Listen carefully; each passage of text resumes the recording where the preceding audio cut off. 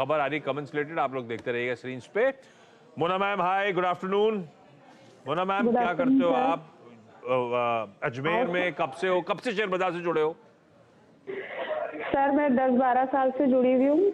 हाँ, और ये 10-12 साल से कैसी रही जर्नी? कैसा रहा? पैसा आ रहा है, नहीं आ रहा है? हाँ, थोड़ा बहुत आ भी रहा है, थोड़ा बहुत जा भी रहा है। लॉस प्रॉफिट दोनों ही हो रहा है।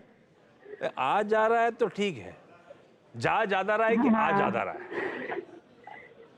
हेलो, मैं कह रहा हूँ आज आना जाना तो ठीक है, शेयर बाजार का दस्तूर है। आ ज्यादा रहा है कि जा ज्यादा रहा है, ये बताओ। जा ज्यादा रहा है। अरे तो आप तो पुराने मंजे हुए खिलाड़ी हो, एक दशक से बाजार में हो, कैसे स्टॉक डिसाइड करते हो? शुरू स्टार्टिंग में थोड़ा नॉलेज नहीं था। हाँ। तो वही थोड़ा लॉस हो रहा है, बाकी अभी इन दिनों तो सही हो रहा है। इन दिनों सही हो तो प्रॉफिट है। तो ऑन द जॉब ट्रेनिंग हो चुकी है आपकी, अब आप कोई दिक्कत नहीं है। अब क्या करते हो? पढ़ते हो कंपनियों के फंडामेंटल्स के बारे में, कंपनी के धंधे के बारे में, या चार्ट वार्ट देखते हो? नहीं, मैं एक्चुअली आपकी न्यूज पे ही देख लेती हूँ, जो आप लोग देते हैं उसी पे फॉलो करती हूँ। उनमें से कुछ सिलेक्टेड स्टॉक्स को आप तेजी मंदी करते हो अपने साथ? हाँ। अच्छा, ठीक बात, सबका अपना अपना अप्रोच। मोना मैम चलिए, पहला सवाल कौन सा? वोडाफोन आइडिया का शेयर है। हेलो हेलो, यस मैम, आवाज आ रही है। वोडाफोन आइडिया के शेयर है, 2500 शेयर खरीदे 13 की रेट में। 2500 शेयर हैं 13 की रेट पे। ये कब लिए थे मोना मैम? अभी हाल फिलहाल की खरीद है, पुरानी रखी हुई थी? नहीं, हाल फिलहाल 1-2 दिन की खरीद है। क्यों लिया था? ये बीच में बहुत तेजी दिखाने लगा था, तो आपने सोचा बहती गंगा में हाथ धो लेती हूँ, ऐसा? हाँ। है ना, यही रीजन होगा। बढ़िया, प्राइस वॉल्यूम एक्शन तो पिकअप हुआ है।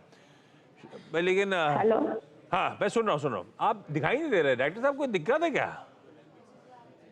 अरे मोना मैम का वीडियो डाउन है। मोना मैम आवाज आ रही है, आप जो भी बोल रहे हो आवाज आ रही है मुझे। प्राइस वॉल्यूम एक्शन बढ़िया है। वोडाफोन आइडिया, शर्मिला ये मोमेंटम तो पकड़ लिया है, वो 11 वाला 13 हो गया है कुछ ही दिनों में, अच्छे वॉल्यूम्स के साथ। अब पता नहीं क्या सुगबुगाहट है, कोई पैसा डाल देगा प्रमोटर या कुछ हो जाएगा, भगवान जाने क्या चल रहा है।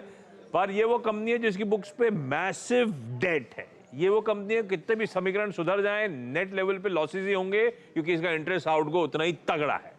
नतीजों में कुछ पॉजिटिव्स थे, मार्जिन्स इंप्रूव हो रहे थे, आरपूज इंप्रूव हो रहे थे, पर वो जब तक वो डेट लेवल्स इस तरह के रहेंगे, पता नहीं ये हम रिटेलर्स के लिए कितनी अच्छी है कंपनी। क्या करूं मैं, 13 पे लिया हुआ मोमेंटम ही प्ले लग रहा है मुझे मोना मैम का। निकल जाऊं, बने रहूं, थोड़ी और तेजी मिलेगी? आप लोग का व्यू क्या है? एक तो मोमेंटम के लिहाज से और फंडामेंटली भी। हम रिटेल क्योंकि रह रहे के वोडाफोन आइडिया में, कई लोग कहते हैं हमको मल्टीबैगर बन जाएगा, हालात सुधर रहे हैं, हमको घुसना चाहिए नहीं घुसना चाहिए? मेरे हिसाब से मोमेंटम भी अगर आप देखें ना, तो मुझे लगता है कि थोड़ा उनका बाइंग प्राइस हाई हुआ है, क्योंकि एक 14 रुपए तक, 14.5 रुपए तक ये स्टॉक हमने देखा है, मोमेंटम के हिसाब से भी जाता है, और वहां पर कुछ ना कुछ खराब न्यूज आ जाती है और स्टॉक करेक्ट होता है। तो I would say really fundamentally मुझे टेलीकॉम एज ए सेक्टर बहुत पसंद है, लेकिन उसमें जैसे कि आपने कहा कि वोडाफोन की पोजिशनिंग इतनी अच्छी नहीं है, simply because of the debt levels, क्योंकि ये सेक्टर ही ऐसा है कि जहां पर आपको इन्वेस्टमेंट करती रहनी पड़ती है, और उसमें अगर आपके पास ऑलरेडी इतना डेट है तो आप नई इन्वेस्टमेंट क्या ही करोगे। तो मेरे हिसाब से अगर आपको प्योर प्ले टेलीकॉम चाहिए तो आप भारतीय एयरटेल में शिफ्ट हो जाइए, या तो इन द होप कि रिलायंस आगे जाकर जियो का डाइवेस्टमेंट करे, रिलायंस जियो का, तो आप रिलायंस के शेयर ले लीजिए। लेकिन मेरे हिसाब से अगर आप एक थोड़े अभी फिलहाल मार्केट थोड़ा अच्छा चल रहा है और स्टॉक में मोमेंटम है, तो वो देखकर मेरे हिसाब से आपको 14, 14.5 में निकल जाना चाहिए। मोमेंटम है, लेकिन समय पे एग्जिट कर जाना है मोना जी अपने को। लकीली आपका ट्रेड ग्रिप में आ गया है, 13 वाला 14.25 पे आके खड़ा हुआ है, और शिमला कह रही है होपफुली 14.5 तक चला जाएगा। उससे ज्यादा लक को टेस्ट मत करिएगा स्टॉक पे, मुनाफा बांध लीजिएगा। मैं आता हूं लौट के आपके पास। जयपुर राजस्थान से नेहा अग्रवाल स्क्रीन पर आएंगी। Neha ma'am hi, good afternoon. Neha ma'am, आपको कितना टाइम हो गया शेयर बाजार में? सर आई स्टार्टेड इन 2008, तब मैं अपनी सीए की पढ़ाई कर रही थी, एंड देन फिर I left and now I have joined again. तो तब सीए की पढ़ाई कर रहे थे, अब तो सीए हो गया आप तो बिल्कुल फंडामेंटल्स निचोड़ देते हो कंपनी के। I think so, not really. तो बेसिकली नहीं, तो आई एम अज्यूमिंग फंडामेंटली कंपनियों को गॉज करते हो या फिर टेक्निकल्स भी स्टडी कर लिए over the period of time में? टेक्निकल सर अब स्टार्ट किया है पढ़ना थोड़ा बहुत ऑन माय ओन। फंडामेंटल तो yes I know. I am sure you know. तो नेहा मैम, पहला स्टॉक कौन सा? JBM Auto. I bought it at 1435. 20 shares I had bought. और ये फंडामेंटल स्टडी का नतीजा है कि ये टेक्निकली कुछ देखा था आपने? EV सेक्टर में they were making buses और फिर मैंने न्यूज में भी देखा था को बड़ा ऑर्डर मिला था। तो सच है। उसको करके 1600 से आई स्टार्टेड वॉचिंग। तो फिर जब थोड़ा सा डाउन आया तो 1445 के आसपास मैंने 20 शेयर्स लिए थे, नॉट 50 एक्चुअली। ठीक बात। ठीक है शर्मिला, ईवीज के लिए बसेस, ये जब शुरुआत थी तब ये जब ईवी या बसेस के धंधे में उतरा था, फिर वो CNG और कौन कौन सी बसेस बनाना, फिर धीरे से ईवी, ये शुरुआत में तो एज एन OEM बहुत अट्रैक्टिव था क्योंकि इसका मार्केट कैपिटलाइजेशन ना के बराबर था, पर ओवर पीरियड ऑफ टाइम बहुत सीरियस रीरेटिंग ऑलरेडी हो चुकी है। अब नेहा मैम ने एंट्री करी जब खबर आई किसी ऑर्डर बैक करने की और वहीं से सप्लाई ओवरहैंग शुरू हो गया स्टॉक में। क्या करना है फंडामेंटली, आप लोग का व्यू क्या है? मेरी खरीद 1450 की है, खड़ा है 1200 पे। तो मेरे हिसाब से अगर वो लॉन्ग टर्म के हिसाब से इसमें बनी रह सकती है तो उनको बने रहना चाहिए, क्योंकि आपकी बात बिल्कुल सही है कि एक तरह से जो जब स्टॉक अट्रैक्टिव था, जब उसके वैल्यूएशंस कम थे, तब से अब की स्थिति बहुत अलग है और मेरे हिसाब से काफी पॉजिटिव्स अब स्टॉक कैप्चर कर रहा है और उनके पिछले क्वार्टर के नतीजे भी इतने अच्छे नहीं आए, विच प्रोबेबली एक्सप्लेन्स कि इस तरह का कट हमने स्टॉक पर क्यों देखा है। लेकिन आगे चलकर और उनके प्लान्स देखकर और उनकी इन्वेस्टमेंट्स देखकर मुझे लगता है कि ये स्टॉक ये लेवल से ऊपर जा सकता है। तो अगर आपको एवरेज करना है तो थोड़ा और रुकिए, क्योंकि स्टॉक ऐसा लग रहा है कि करेक्ट हो रहा है। तो if you get it around 1100 levels तो और थोड़ा एवरेज करिए, लेकिन मेरे हिसाब से लंबे समय का एक व्यू पॉइंट बनाकर आप इसमें बने रहिए। अच्छा, एक मैंने कहा था गुजरात जाना है, स्वीटी जुड़ेंगी, स्वीटी से वो लिंक एस्टैब्लिश हो नहीं पा रहा है, पर इंटरेस्टिंग सवाल है और ये हम सब रिटेल खासतौर पे शर्मिला जानना चाहते हैं, तो उनके ना होते हुए मैं सवाल पूछ लेता हूँ। स्वीटी ने कहा है कि जियो फाइनेंशियल के 1000 शेयर है, 20 साल के लिए होल्ड कर सकते हैं क्या? और शर्मिला मैं इसलिए उठा रहा हूँ सवाल, आमतौर पर कोई नहीं जुड़ता तो मैं इसका सवाल लेता नहीं हूँ, पर इसमें इंटरेस्टिंग इसीलिए क्योंकि जब हम लोग यूट्यूब लाइव्स करते हैं, जब शेयर बाजार के बारे में चर्चाएं करते हैं, पब्लिक के लिए फोरम खोलते हैं, आजकल बहुत ज्यादा सवाल आ रहे हैं जियो फाइनेंशियल्स को लेकर और सब बड़े होप ट्रेड्स को राइड करने के लिए ऑलरेडी पैसा लगा रखा है लोगों ने। शायद ये कैसे समझाऊं, कैसे करूं, क्योंकि अभी सब कुछ होप है, किसी बड़े ग्रुप का आर्म है जिसका बिजनेस अब इवॉल्व होना शुरू होगा। क्या वो कन्विक्शन ग्रुप की प्रेसिडेंट्स को देखते हुए जियो फाइनेंशियल में है कि 20 साल के लिए होल्ड करूं, इन लेवल्स पे खरीद लिया है तो बैठे रहूं खरीद के? आप लोग क्या रिप्लाई करते हो ऐसी क्वेरीज पे? So first of all, very honestly, I'm very impressed कि कोई ये सोचकर स्टॉक खरीद रहा है कि वो 20 साल इसमें बने रहे, क्योंकि आमतौर पे इस तरह का होराइजन सुनने में नहीं मिलता है। और अगर आप मेरे माय होल्डिंग पीरियड अगर आप बात करें तो बहुत सारे स्टॉक्स ऐसे हैं जो मैंने 20 साल पकड़ के रखे हैं। तो एक यही कैविएट होगा, एक तो मुझे लगता है कि सेक्टर जो जियो फाइनेंशियल में है वो बहुत अच्छा है, यहाँ से आगे चलकर इसमें ओवरऑल पूरे सेक्टर में अच्छी ग्रोथ होने की उम्मीद है। पेडिग्री स्टॉक का अच्छा है क्योंकि इनकी मैनेजमेंट उन्होंने काफी अपने आप को प्रूव किया है। We are talking of Reliance, of course उन्होंने अलग अलग तरह के बिजनेसेस में अपने आप को प्रूव किया है, whether it is retail, whether it is telecom और उनका बेसिक बिजनेस भी। तो वो भी मेरे लिए that's also a plus point. यही है सिर्फ मेरा एक ही मैं चीज कहना चाहूंगी, स्पेशली सिंस वो 20 साल की बात करें, आपका समय थोड़ा अलग है तो काफी चीजें बहुत जल्दी बदलती है, तो आप ये स्टॉक को रीविजिट करते रहिए। लेकिन मेरे हिसाब से बिल्कुल आप इसमें 20 साल का होराइजन लेकर बनी रह सकती है।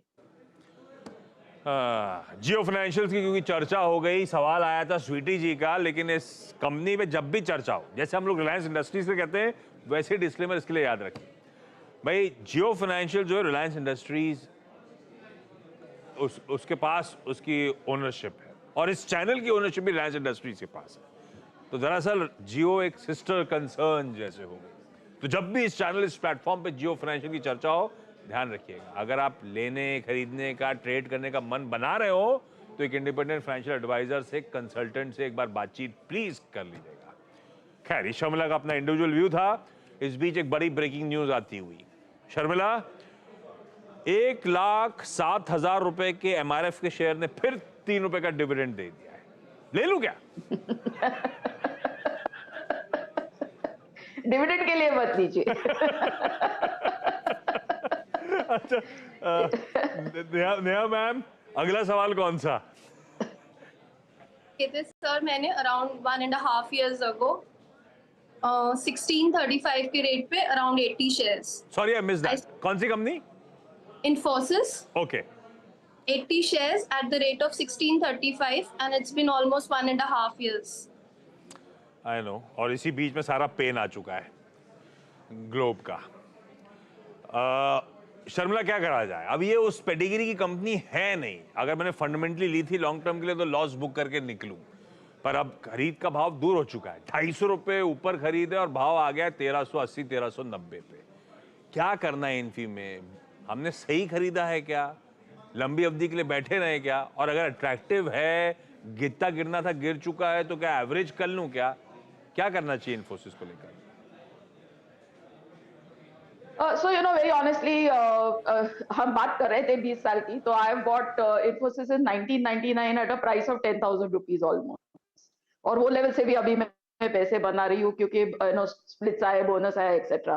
Having said that, I completely agree जो आपने चीज कही कि अब वो ग्रोथ उस कंपनी में नहीं रही जो 2000 में थी, और जो एक पी करेक्शन होना था, जो पी इन्फोसिस को पहले मिलता था, या पिछले 2 सालों में एक पी रैशनलाइजेशन हो गया है।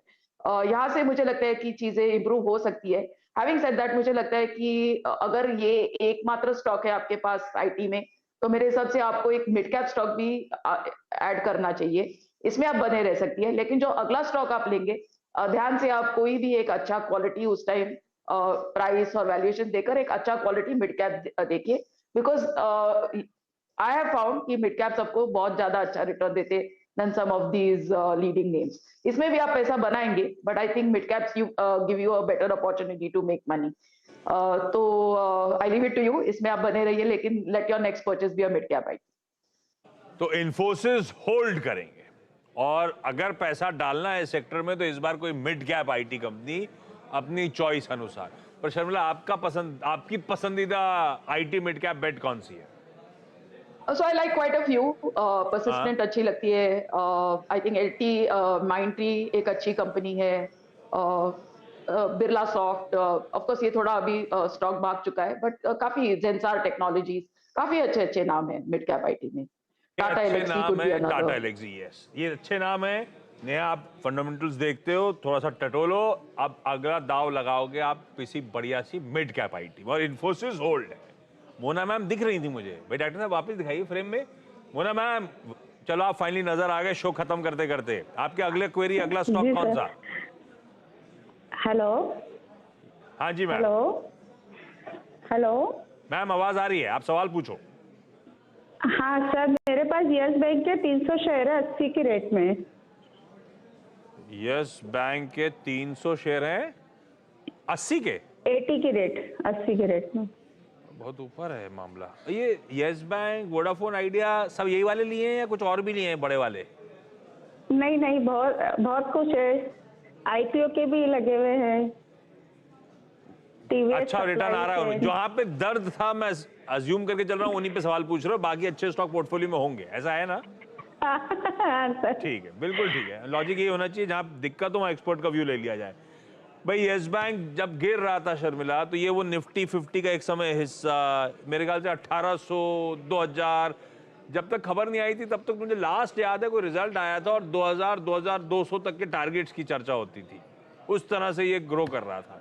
सारे समीकरण बदले, पिटता चला गया। उस पिटने की प्रक्रिया में हम कई सारे जगह रिटेल घुसते चले गए। मैम घुसी है 80 के लेवल्स पर, आज खड़ा है 16 रुपए, 17 रुपए पे। क्या करें हम यस बैंक के इन्वेस्टर्स?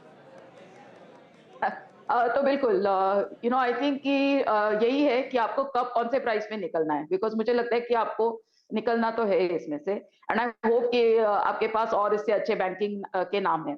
सिर्फ इतना ही है कि जो बड़े कंसर्न्स थे यस बैंक के, now they been dealt with. अब रह जाता है ये सवाल कि कब ये इनके नतीजे अच्छे आना चालू होंगे।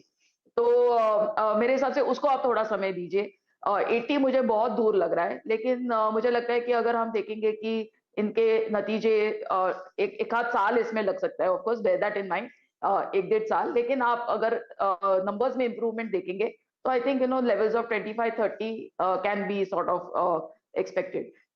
तो मेरे हिसाब से उस तरह का आपके पास पेशेंस है तो बने रहिए, नहीं तो स्विच फ्रॉम हियर। और इस क्वार्टर आप मुझे पूछेंगे तो बहुत सारे बैंक्स के अच्छे नतीजे आए हैं। योर स्पॉइल्ड फॉर चॉइस, आप काफी अलग तरह के स्टॉक्स के बारे में सोच सकते हैं, right from state bank of India, ICICI bank, सबके इतने अच्छे नतीजे आए हैं। तो इस तरह के स्टॉक में भी आप निवेश करने का सोच सकते हैं। स्विच कर जाए, ज्यादा पेन हो रहा है तो इंतजार कर लीजिए, हो सकता है नतीजे जब सुधरे तो ये अब ये हो सकता है। हम रिटेल और हर लेवल पे यस बैंक में कोई ना कोई कहीं ना कहीं फंसा हुआ है। पेशेंस रन आउट हो रहा है इन केस, तो लॉस बुक करें और किसी बेहतर पेडिग्री के बैंक में जाएं तो अच्छा रहेगा आपके लिए। कोई एसबीआई, कोई ICICI bank, you spoiled for choices, दिग्गजों में सबके अच्छे नंबर आ रहे हैं। खैर, इस नोट पर मोना मैम, नेहा मैम, आप दोनों का जुड़ने के लिए धन्यवाद।